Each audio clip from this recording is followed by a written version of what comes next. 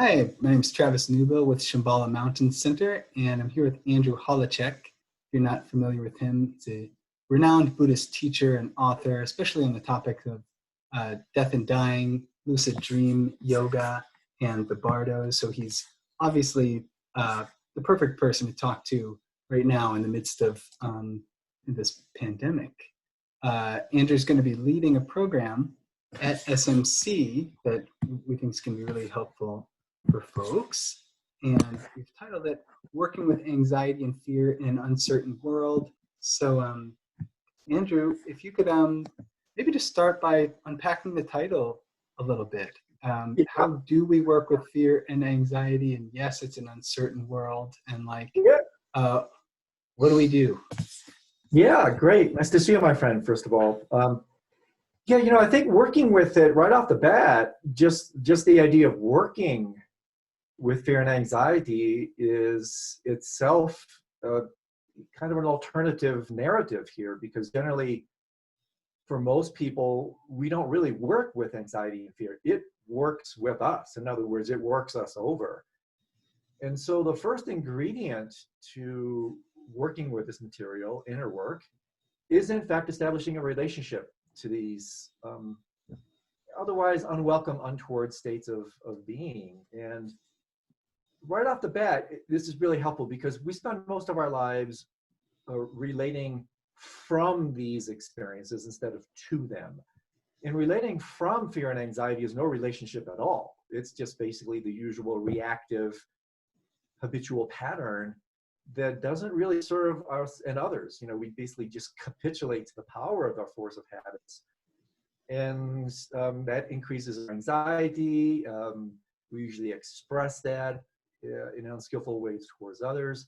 So if we can, right off the bat, just realize that these sometimes so solid seeming states are completely workable if we're given the skill set. And it really, meditation obviously is the key part of this. Contemplation is a key part of it, where we simply start to relate to our mind, to our feelings instead of from them. And then from there, Travis, there's just a host of very skillful means that one can engage in, where we can literally take this situation altogether. And one of my common kind of narratives is transform obstacle into opportunity. And I can say from my own experience in the 6-7 weeks that we've been in kind of lockdown mode, I really firmly believe that if people are given the proper skill set, and that's what this weekend is about, we could look back at this challenging time as one of the most powerful transformative periods in our lives. And the reason for that is, when I take a really good look at this, and this is kind of what I do, this is in fact what the Tibetans use the term bardo. This is a bardo. We tend to use the word bardo means gap, transitional process. Usually, especially in the Tibetan approach, that's a term that's used towards termination at the end of life. Well, bardo principle applies to anything that ends, and it has tremendous explanatory power. When the rug of reality is pulled off from under your feet and uncertainty just rears its head. And this for sure defines a large part of what's happening now. The rug of our conventional world has been completely ripped out from underneath us. And if we don't have a parachute, if we don't have a skill set for gosh, what do I do with this anxiety, irritating, annoying, fear-inducing, really troubling affair, it really does turn into an obstacle. But if we relate to it properly, it turns into a profound opportunity. If we realize that, as the great spiritual masters proclaim, that if one relates to these situations properly, no exaggeration here, there are more opportunities for psychological and spiritual growth during these times of groundlessness than otherwise. Because otherwise what happens is we're in a comfort plan, we're in this kind of false sense of security and certitude. And basically, when the world falls apart, that's just what reality does. So the way I look at this, Travis, in a very real way, is what's happening right now is a kind of reality concentrate. It's like the usual dilutions of our distractions, right? They're gone. I mean, everything's shut down. I don't have to riff on this. We just know everything's gone. All our distraction therapy, our retail therapy, all this stuff is just gone. And so everything is concentrated, usually in a negative way. And so if we just understand that that type of reality concentrate allows us, in fact, to establish a more healthy relationship to reality, this is a game changer.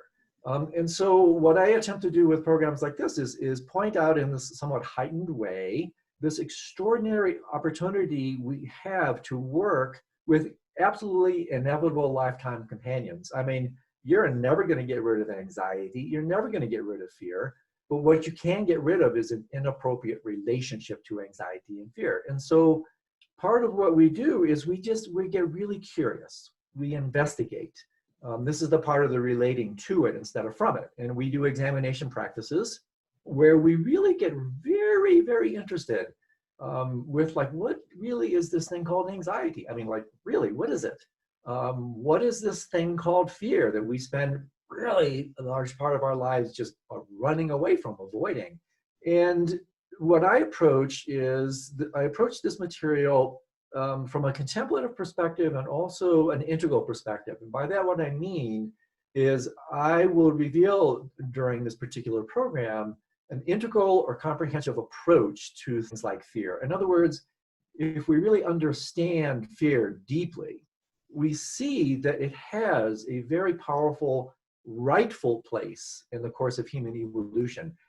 I mean, just briefly, if we didn't have this thing called fear, we wouldn't be here contemplating the nature of fear. We would have been a chicken McNugget in the Serengeti, right? We wouldn't be here. So evolution, physical evolution depends on fear for survival. But really what gets interesting here is when you work with psychological and spiritual development, then this kind of driver in a certain way of evolution, fear-based strategies, that which actually serves to facilitate evolution flips into devolution. In other words, it holds us back. But if we understand deeply, and that the practices I introduce to people allows them to go much deeper than just intellectual blah, blah. We get to work with this deeply in our bodies. Then we relate and transform fear at the most foundational level. And I tell you, Travis, this is a game changer, because if you're at all interested in deep contemplative spiritual work, anybody who's done it for more than a couple months, anybody who's past the window shopping phase, you realize that the fear is waiting for you in a certain way. That's why spiritual contemplative traditions are sometimes called warrior traditions. And so establishing a relationship to fear, not just in life, but in particular on the spiritual path, is an enormously important thing to do. Because otherwise, when fear rises, instead of seeing it for what it is and using it as a platform for real growth, fear will absolutely positively stop you dead in your tracks. And so kind of a long-winded response to really take a look at these very common lifetime companions. We're never going to get rid of things like pain, fear, and anxiety, but we can definitely change our relationship to them. Establishing a more sane relationship to this thing called anxiety. Uncertainty. That if we really take a close look again at reality, uncertainty sublimates, it's underneath everything, it's percolating underneath it. And so that's now brought to the surface. And why not take advantage of it? Why not really take a good look at what is being presented to us and say, wow, I never realized I could look at this situation in such a kind of alchemical or tantric way.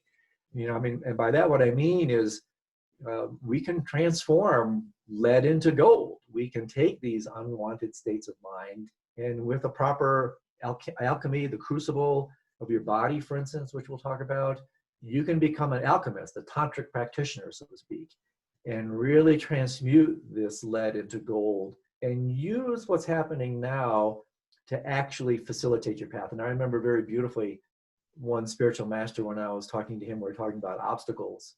And he said something really interesting to me. He said, obstacles really don't obstruct the path. They are the path. And if you relate to them properly, they literally accelerate the path. And so for me, this is why I say, and I can only tell you in 6-7 weeks where I've been really diving back into this stuff deeply, that is exactly what's going on with me.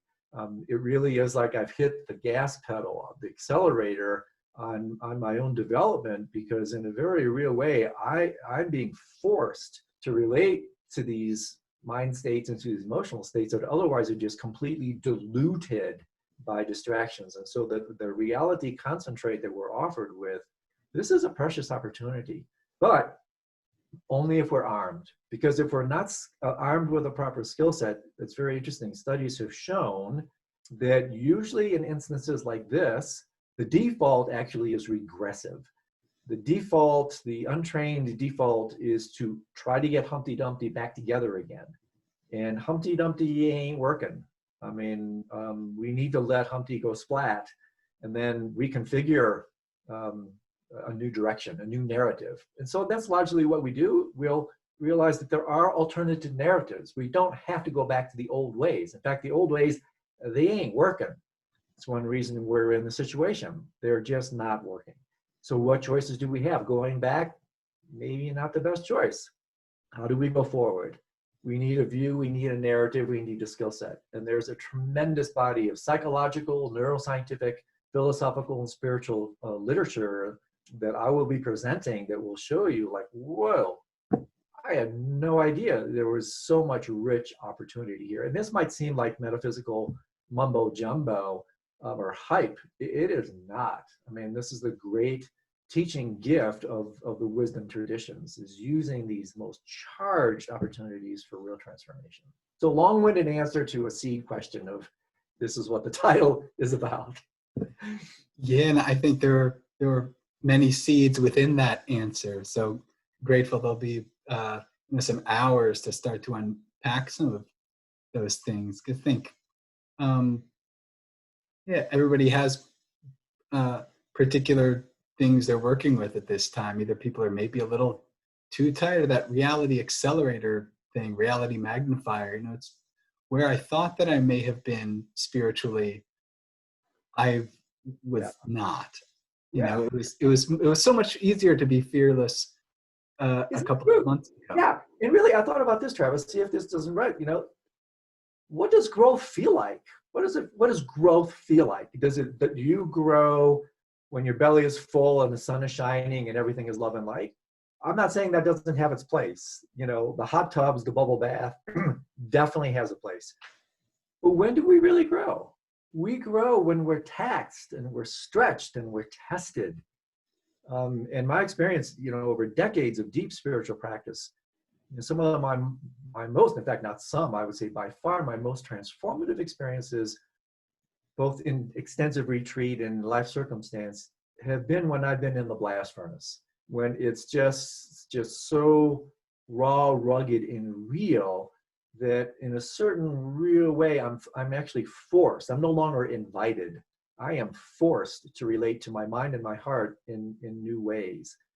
And that is precisely what I see going on here. And the opportunities are directly proportional to the obstacle. You know, the greater the obstacle, the more the opportunity. And there's a heck of a lot of obstacle right now, a heck of a lot of uncertainty, fear. In a classic alchemical tantric way, the darker the darkness, the brighter the light. It's actually buried in there. We just have to know how to find it. And that's exactly the skill set that I hope to share with people. Yeah, and I think in a minute I'll ask you to scare. Yeah. I'm already scared. Thanks. Great. But I'll ask you to share a particular skill.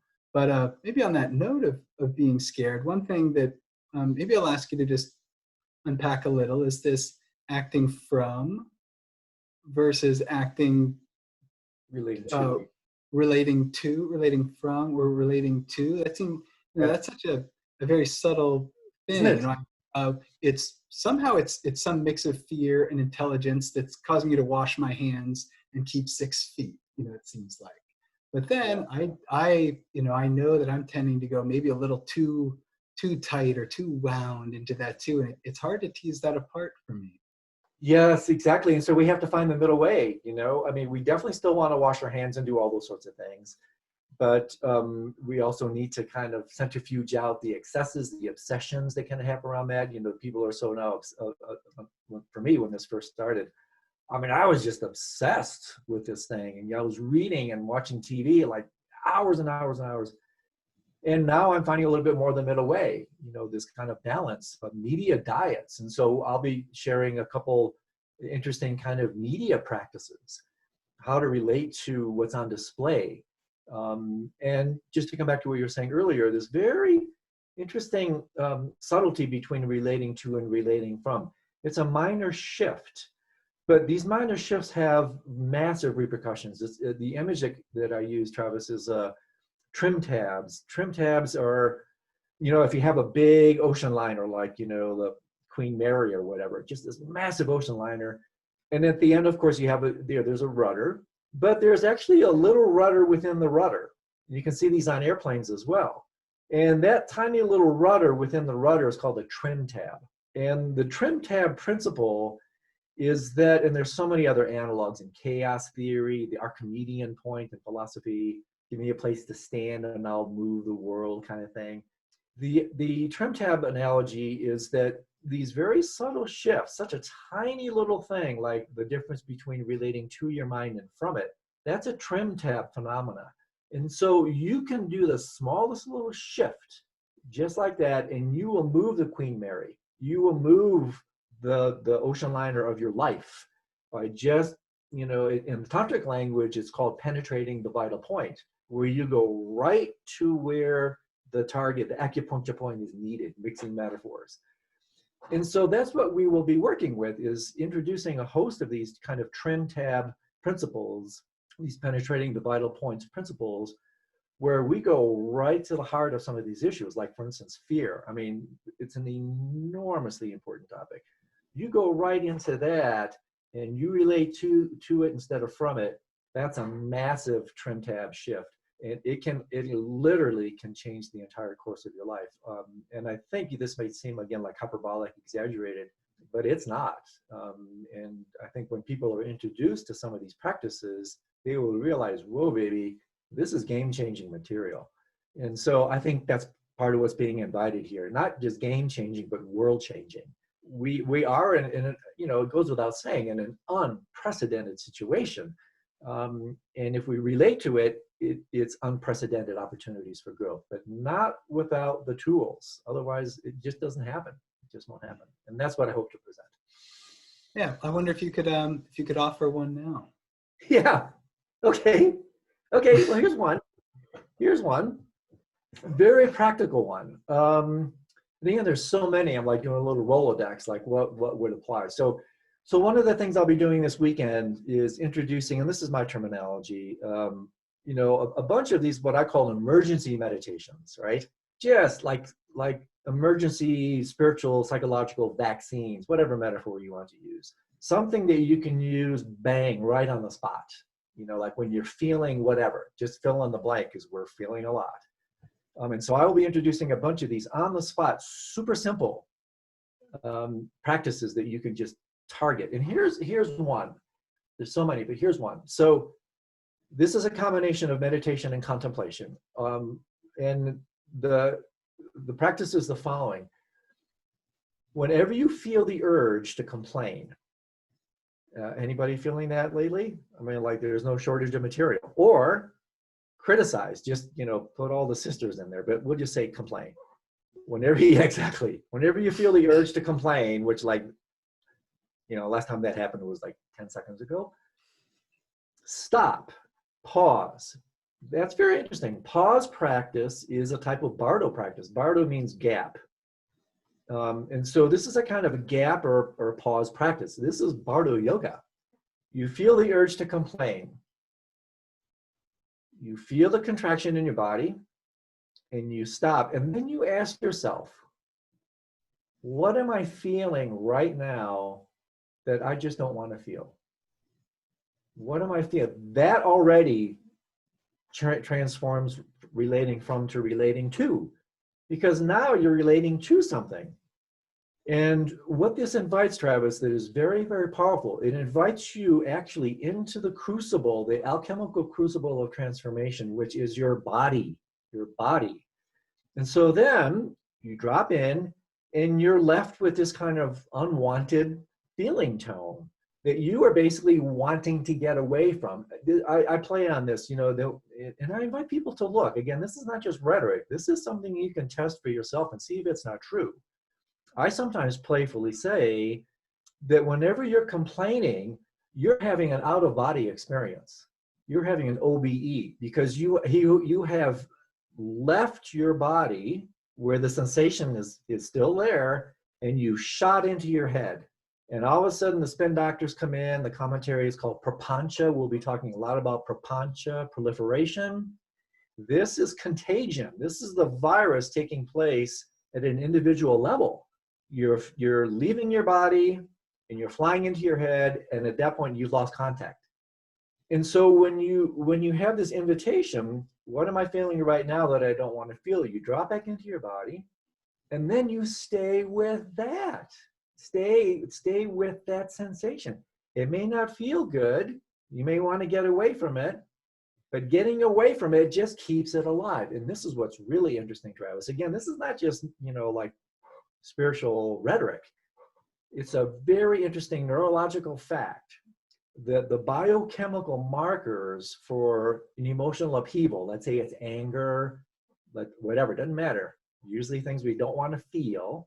The biochemical markers for an unwanted experience are purified within your body within 90 seconds. So they have a 90-second shelf life, which means if you're having a really bad day, you're the one that's doing CPR on this. You're the one that's keeping it alive long after it should be done. You cannot have a bad day without the help of your storylines. Your narratives, your storylines keep these feelings alive long after they should be dead. Your body knows how to die to these experiences, so to speak. And so I find this super helpful because I hear news I don't want to hear. I hear ideologies and conspiracy theories I don't want to hear. I feel a contraction. I feel the urge to open my mouth and complain, and I go, nope, pause. If I capitulate, that's relating from, not helping me. If I pause, I drop, that's relating to. And then what do I work with? I work to establish a relationship to that. This is a game changer. I mean, this will any unwanted experience. And then where it really gets interesting and even more subtle where we go on the weekend, it's also when you complain to yourself. It's not just complaining about what's out there. It's actually the inner storyline of complaint. That's a more nuanced approach. And so what it does, Travis, is it actually keeps you embodied. It keeps you, you know, really where reality is happening, which is in your body. And that body, as it says in the Hevajo Tantra, wisdom abides in the body. And we'll be doing some body exercises to really invoke people to wake down into that wisdom. Let the body handle this stuff. The body knows what to do with it. And then meditation practices that also kind of boycott the, you know, the out-of-body experience, the FedExing into the, you know, overthinking mind. We'll be talking about think holes and how we're always falling and slipping into think holes, which are worse than any black hole. And that, you know, how that really serves fundamentally to keep the whole egoic structure alive. Because ego itself is just a narrative. It's just a bad story with a really bad ending. And so we work with looking at this thing. And so by targeting these types of teachings, we will discover what I playfully refer to as a lot of stealth help, a lot of collateral benefits here. And here's just one. By working with this stuff, we're actually starting to work with the very structure of the egoic agenda altogether, which leads to profound liberation. So pause, you feel something you want to complain about, stop. Bardo practice, gap, drop into your body, feel it, stay with that, stay with that. Watch it, if you hold it properly, watch it literally, the term is self-liberate. Watch it just gradually like snowflake falling on a hot rock. Maybe a little bit of an ice cube falling on a hot rock. It might take a few minutes at first, but eventually it'll be a snowflake falling on a hot rock and then it's just gone. So this is super important. The feeling is still there. You're not trying to get rid of it. That's part of being human. It's still there, but your relationship is profoundly altered And there's a whole lot of magic that happens there that I'll be introducing. You're like, what exactly is this thing called anger, anxiety, fear, pain? What is it really? We come to those answers, and we're coming to some real insight. So yeah, give it a try. You might find yourself actually opening, keeping your mouth a little bit more closed, and actually opening your heart. That's no small thing. You know, start to complain, close the mouth, open the heart. Stay with that. Thank you for that, Andrew. I'm There you sure go. that'll give anybody who here is listening plenty to work with. And yeah, certainly much more where that came from in the weekend program coming up at SMC. All the info and link to register will be right below where you're watching or listening to this. And I want everybody to know also that in addition to this weekend that Andrew is leading at SMC, that he is offering lots of teaching online these days. And I recommend going to his website and getting on his newsletter and trying your best to keep up with all that he's offering. I'm in a weekly course with him, and there's other weekly things that he's doing. It's just incredibly generous stream of offerings. So I appreciate you showing up for all of us. Yeah, and I do. I have to say, my friend, because really, thank you for those kind words. I do it because, I mean, I have worked and studied and practiced with this material, over 40 years, 45 years now. And these teachings and practices have been of inestimable, profound benefit for me, where, there's just a quality of kind of equanimity, steadiness that anybody, again, I'm not special. I mean, anybody who does this kind of inner work can relate to the outer world in this kind of way. And really right now, these teachings, especially bardo related teachings, these teachings were specifically designed for times like this. And as you'll see, and again, the weekend is unique because, again, using the kind of integral approach, I will be drawing on a vast array of practices and teachings from all over the map, like I mentioned. But the bardo teachings in particular have immediate applicability to what's happening now, because, again, we are in one. I mean, this is a bardo. And if you understand it, you will look at this in a completely different way and saying, wow, now I see why I'm reacting this way. Now I see why I'm feeling so anxious. Now I know where the fear is coming from. Now I know where the uncertainty is coming from. It's no mystery once you understand these basic principles. And then from that, not only will you bring a greater sense of stability, equanimity, acceptance even for yourself, but as important, if not more so, Travis, is this kind of confidence and stability is of tremendous benefit for helping others. Because, when this kind of teaching body is quite literally incorporated within you, then very often, literally, your mere presence can be of benefit to others. And so I think that's worth throwing into the mix, because yes, for sure, 100%, we'll be doing a lot to help ourselves. But when we help ourselves, we're really helping others. It's like my dear friend Pema Chodron is so beautifully talking about now. We'll be doing a little bit of this practice as well, just like me practice, just like me. That person in the ICU who's on a ventilator is just like me. The people behind the screen that can't say goodbye, they're just like me. And so this situation really, kind of the social distancing and the isolation, if it's related to properly and we really look at it, actually can help us connect at the deepest possible levels. This type of isolation, paradoxically, ironically, can actually help us connect and realize the universality, the commonality of the human condition, that we truly are in this all together. And therefore, what we do with ourselves really does have tremendous impact and benefit on how we can relate to others, because we realize they're no different than me. And this is a great benefit when you're in these just really testing, taxing, challenging situations. Develops tremendous empathy and compassion that arise really naturally, spontaneously from this type of knowledge and wisdom. And again, it's not mine. I've just integrated in my own vocabulary.